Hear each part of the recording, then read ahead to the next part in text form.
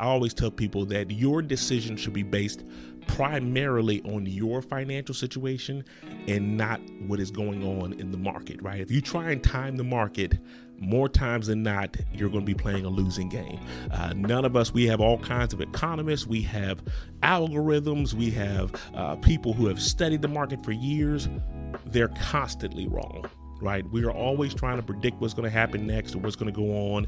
We're wrong all the time, and we're having to recalibrate and change things up, right? And so if we who are in this market day in and day out, if we can't even predict what's going to happen from moment to moment, I wouldn't recommend that you get into the market thinking that, I'll just be able to purchase at just the right time and then switch around and get the market to be in my favor.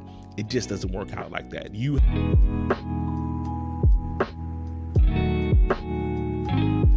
Welcome to the Home Goals Podcast, the ultimate guide for turning your home goals into a reality. I'm your host, Derek Thornton. Join us as we navigate the twists and turns of obtaining a home. We'll be offering expert tips, helping you avoid pitfalls, and championing your journey towards that cherished place to call home. In this week's episode, we will be discussing the phrase that you may or may not have heard, marry the house, date the rate. What does that phrase mean? How does that factor into your considerations to purchase a home? And is it advice that you should actually listen to? We're going to talk about all that today as we unpack what that means and how that all works. It's something that you may have heard or will likely hear once you get into the home buying process, but oftentimes it is very much in relation to mortgage interest rates. The average home buyer that's out there, particularly a first-time home buyer, more than times than not, is usually using a mortgage loan to purchase the house. And the bank, if they're going to loan you hundreds of thousands of dollars, they need a way to make money off of that themselves, which is why they charge an interest rate. That interest rate very much drives how much your mortgage payment every single month is going to be. The mortgage payments are always split up into different features or factors, but the mortgage is always going to be split up to include the bank's money, right? They need that interest to make sure that they're making something for lending you that money. Everyone's always looking at the interest rates. We're always trying to see how that factors into what's happening.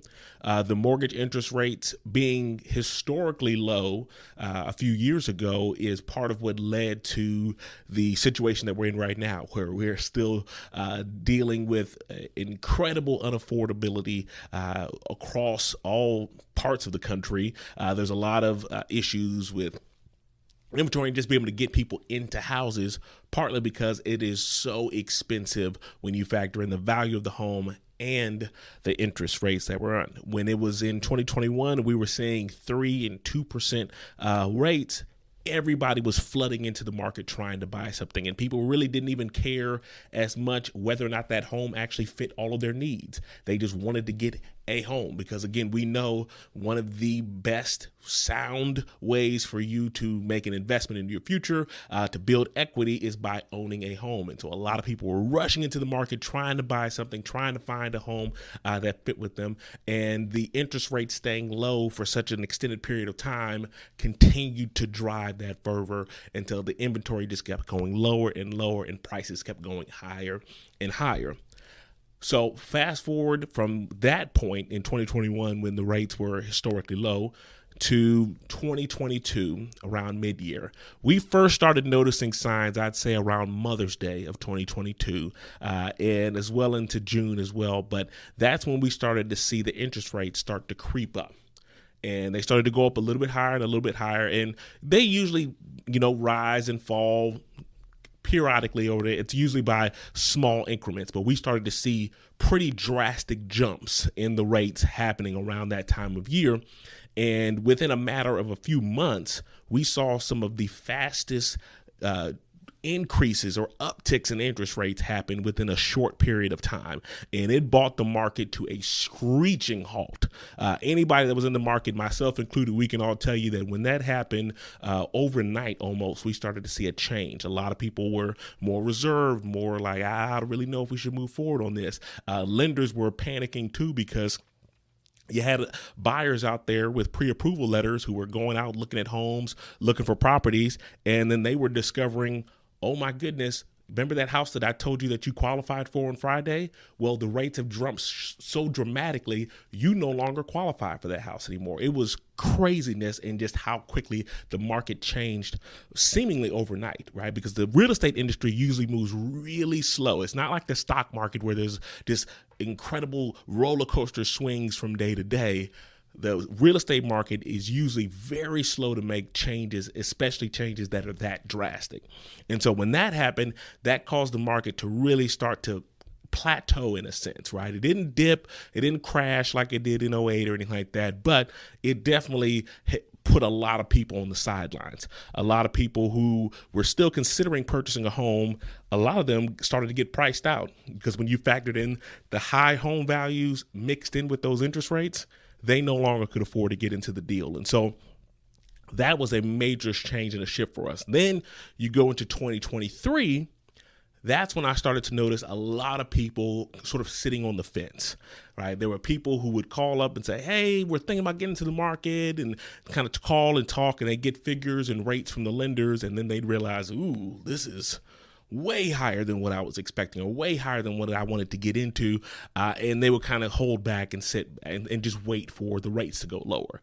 2023, all of our sales, everything was dipping dramatically. And it was a rough year in real estate, just in the way that things were going.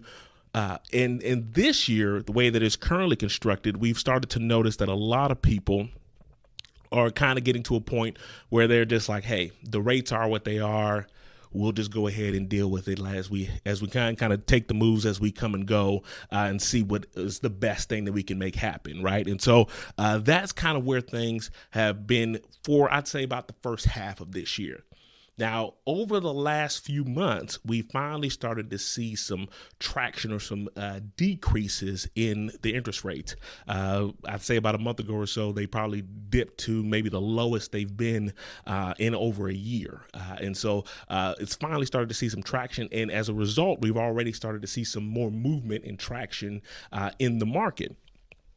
And so all of this new changes and kind of activity that's happening in the market as a result of the news regarding the interest rates, that has now brought up the question that many people are often considering, which is, should I go ahead and move forward with the rates that are being quoted right now? Or should I wait a little bit longer and see if it goes even lower, right? That's I hate to say the game that you're playing, but essentially it's you trying to figure out, like I said, when is the best chance for you to make that move. More times than not, when it comes to real estate investments, your most important decision-making process is when you initially buy that home, right? That's going to determine a lot of what happens in the years to come. And you might have heard people say over the years, hey, marry the house, date the rate, which is a fancy way of saying, hey, you don't have to be tied down to whatever interest rate you're given when you purchase that home, right? Well, when you go and actually purchase the home, if you want to get rid of that home, you have to go through the process of selling it or figuring out if there's another buyer out there or what the market's like. It's a lot more variables in there, but when it comes to the interest rate, it's really just a matter of, hey, is the rate low enough, and have you stayed there a certain period of time, and you can actually refinance. And so a lot of people have said, hey, don't let the rates deter you from purchasing, because you can always refinance, whereas with the house itself, you can't just always just find another house, right? The house that you may want or the house that you're looking for may not be available when you have all your things in order. And another thing to keep in mind too is that you're not the only one that has the plan of, hey, I'll just wait until the rates get lower and then I'll get into the market. There's a whole other pool of buyers that are waiting for the exact same thing. And so when those rates do have a dramatic drop, those buyers rush back into the market, and now you're dealing with a lot more competition. And now you may be able to get that lower rate, but you can't get the house that you want because you're competing with all these new buyers who have entered the market as well. And so it's a very balancing act that you kind of have to go through and figure out when's the best time for you. So when it comes to that advice, marry the house, date the rate, I don't look at it solely like that. I always tell people that your decision should be based primarily on your financial situation and not what is going on in the market, right? If you try and time the market, more times than not, you're going to be playing a losing game.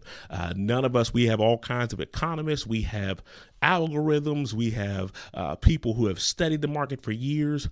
They're constantly wrong. Right? We are always trying to predict what's going to happen next or what's going to go on. We're wrong all the time, and we're having to recalibrate and change things up, right? And so if we who are in this market day in and day out, if we can't even predict what's going to happen from moment to moment, I wouldn't recommend that you get into the market thinking that, oh, I'll just be able to purchase at just the right time and then switch around and get the market to be in my favor. It just doesn't work out like that. You have to make sure you're going based off of what works best for you. And when it comes to refinancing a rate, it's not always the most beneficial thing, right? And you always want to talk with your lender, figure out what your options are and what may work best. But I always tell people one of the defining factors in considering whether or not now is the time to pull the trigger on a refinance, one of the biggest questions you have to ask yourself is not only how much money am I going to save with this refinance, but on my monthly payments, but at what point am I finally going to break even and actually start saving money?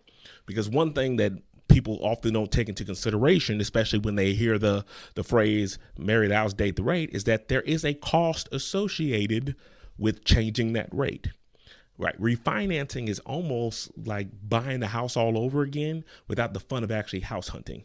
Right. You still have to pay the attorney fees, the lender fees, the closing costs that include the county taxes, all that stuff you're having to pay to make that refinance happen. And so it can still cost you several $1,000s to do that refinance. And so the question you have to ask yourself is, okay, if this refinance is going to cost me, let's say, $4,000, okay, how much am I saving every month on my payment if I do it right now?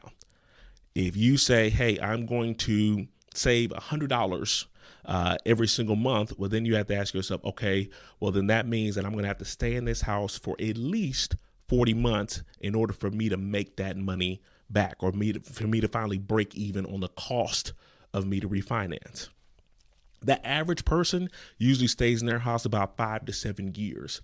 And that can change, again, granted on what may happen, right? I've seen some situations or stories where people purchased a home, they refinanced, and then immediately after refinancing, they were offered their dream job in a different state, or they had some circumstances change where they needed to sell the house immediately. Those situations that have gone down, and now they're scrambling to basically take a loss and try not to take as much of a loss because they're having to sell before they had a chance to actually start saving money. And so, again, you have to figure out, okay, how long do I plan on staying in this house?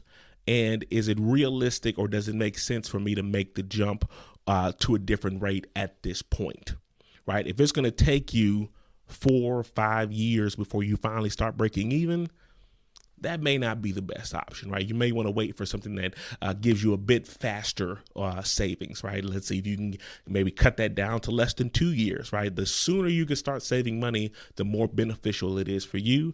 And again, you want to be careful with not playing the game of waiting for it to go lower, waiting for it to go lower, waiting for it to go lower. You don't know what that floor may be. And so you want to make sure that you don't, instead of looking and waiting for a certain number, look to see what your savings actually are, right? And say, hey, I know the rate might go a little bit lower than what it is right now, but I know that I'm at a point right now where if I were to make the jump, I could start savings within 18 months, and that's good for me. So now is a good time for me to go ahead and pull the trigger on that refinance. I know it might go lower, but hey, this is good enough for me, and that's what you have to make the decision to do. Because again, you cannot go based off of what works best for somebody else or what other people are doing in the market or what you're hearing on the news. You always have to look at your personal financial situation. You cannot go based off of what is happening to everyone else around you and what could happen or what might happen. Those are factors that you don't need to consider. And so again, when it comes to marry the house, date the rate, absolutely, that should be your goal, especially if you're dealing with a higher interest rate than you wanted to pay or that would be typical. But you also have to understand that there are pros and cons. There are consequences to refinancing, to getting a different rate. And you want to make sure that you have a thorough discussion with your lender ahead of time and talk with them and figure out, okay, what are the things that I need to consider? How much is this going to cost me when I do this, if I do this refinance? How much is it going to cost me? And at what point is it really beneficial for me to do it, right? Come up with a game plan that works best for your personal financial situation, right? Look at your budget, look at how much you're paying each month and figure out, okay, what are the savings that I have and what kind of savings would I need to get for me to make sense? Another thing to keep in mind too, when you purchase with a higher rate, don't ever do so with the mindset that, oh, this is definitely going to go lower and I'll just refinance when that happens. You also need to purchase with the mindset that if this rate that I have right now is the best it ever gets for me, am I still comfortable purchasing this home? If the answer to that question is no, then you're not ready to purchase that home. You need to be able to make that purchase with the mindset that whatever rate I have right now, if that's the best it ever gets, I'm okay with that. If you're okay with that, then it's good to proceed. And if you can refinance later on, great. But if not, it's not the end of the world. It's not something that's putting you in a financial bind. You never want to get in that situation, right? And so don't ever, ever, ever make the decision to purchase based on the fact that you know you have some type of crystal ball or you heard from God or something that the rate is definitely going to go lower, because you can't guarantee that. The economists, nobody else can predict that. We can all say what we believe will happen, but nobody can guarantee that, right? And so you need to make sure that you are always doing what is best for your financial situation and not just constantly going with whatever the lender may say, whatever your friends may say, whatever your parents may say. You are focused on what your personal finances are, what your personal comfort level is as well, right? I don't want you to buy a house and be out here losing sleep because you're worried about, man, what if this payment goes up or what if that goes up? There's always going to be other factors to take into account, right? And the amount that the lender is willing to loan you may not always be best for your financial situation, right?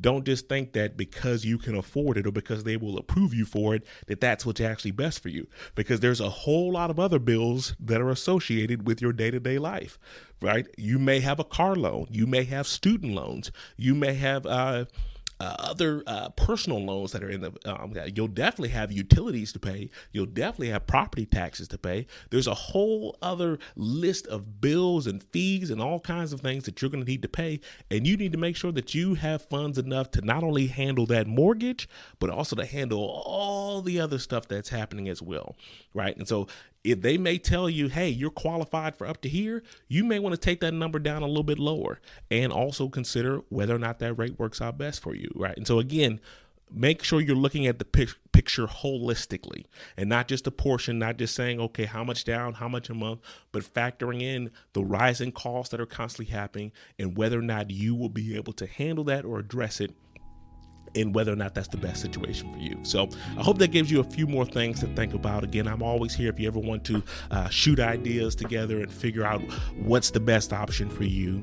But again, always make sure that you are not looking at something solely for a rate, but that you're looking at everything else that can be included with that as well. Hope that you all have a wonderful week. I'll talk to you next time.